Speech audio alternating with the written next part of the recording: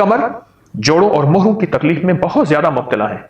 एक दूध का कप लीजिए, अब प्याला ले लें, गर्म दूध हो, उबला हुआ हो, खालिस दूध हो, उसमें एक अंडा डालिए, अगर देसी मिल जाए और वाकई देसी है तो सुभान अल्लाह, और उसमें शहद डाल दीजिए। दूध हो, अंडा हो और शहद हो, बस अब ये मिक्स करें, मिलाएं, यानी एक अंडा, एक बड़ा चम्मच शहद उसमें डालें और खूब मिलाएं, इसको घोंट घोंट पिए।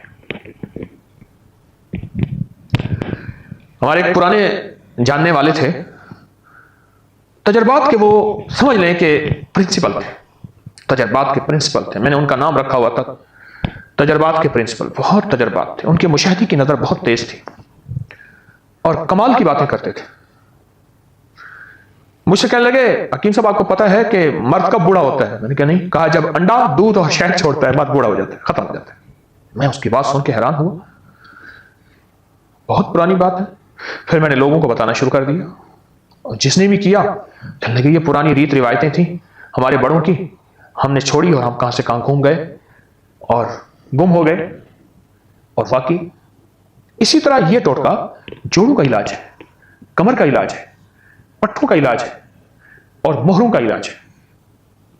ये छोटा सा टोटका तो है।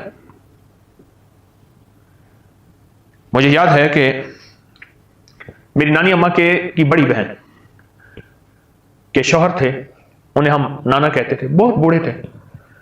वो बुढ़ापे में अंडे पी लेते थे, एक अंडा पी लिया, दूसरा पी लिया, तीसरा पी लिया, चौथा पी लिया। हम हैरान होते थे कि नाना क्या कर रहे हैं, बिल्कुल कमजोर बूढ़े। और फिर मैंने उनकी जिंदगी में उस अंडे के बाद फिर देखा कि दूध का एक प्याला पी लेते थे गरम, उसमें शहद मिला के। वो दिन और रात में कुरान खत्म करते थे और मेहनत करते थे। उनकी नजर भी ठीक थी, उनकी याददाश्त भी ठीक थी। वो उस वक्त मैं बच्चा था तो उस वक्त वो 90 से ऊपर के थे, उससे भी ज्यादा।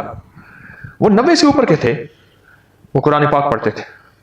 और उस वक्त मैंने देखा कि उनका कुरान पाक बोसीदा हो गया था। पता चला कि इनकी जिंदगी में कई कुरान पाक बोसीदा हो गए हैं, फट गए हैं, शहीद हो गए हैं। क्यों? कि इतना ज्यादा पढ़ते हैं। और उनकी गिजा यही थी, वो सर्दी हो या गर्मी। लेकिन आपसे कस करूंगा, क्योंकि आप आदी नहीं हैं, आप एक एक अंडा करके लीजिए, थोड़ा थोड़ा करके अपने जिस्म को इसका आदी बनाइए। तो मैं अर्ज करूंगा कि आप पहले एक अंडा, एक कप दूध और एक थोड़ा सा शहद, उसको मामूल में ले आए, उसको मामूल में ले आए। फिर आहिस्ता आहिस्ता आप, क्योंकि मैंने नाना की जिंदगी में देखा, शायद उनका तो सारी जिंदगी का ये निजाम था। उन्होंने मुर्गियां अपनी रखी हुई थी और मुर्गियां अंडा देती थी, और बाज़ वक़्त शोर शराबा भी होता था कि फलां जो है अंडा चुरा के ले गया। तो उनकी तो अंडे खाने का मिजाज था, उनकी तबीयत का हिस्सा बन गया था। फिर उनके लिए गर्मी सर्दी कुछ नहीं थी, फिर उनका एक उम्र का हिस्सा था।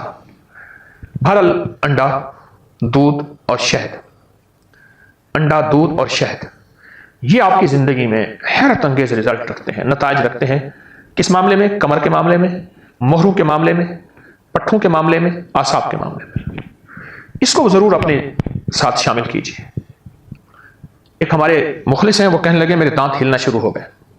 अब उसका वाहिद हल यह है कि दांतों पे तार लगवाएं या सारे दांत निकलवा के एक मसनूई दांत लगवाएं।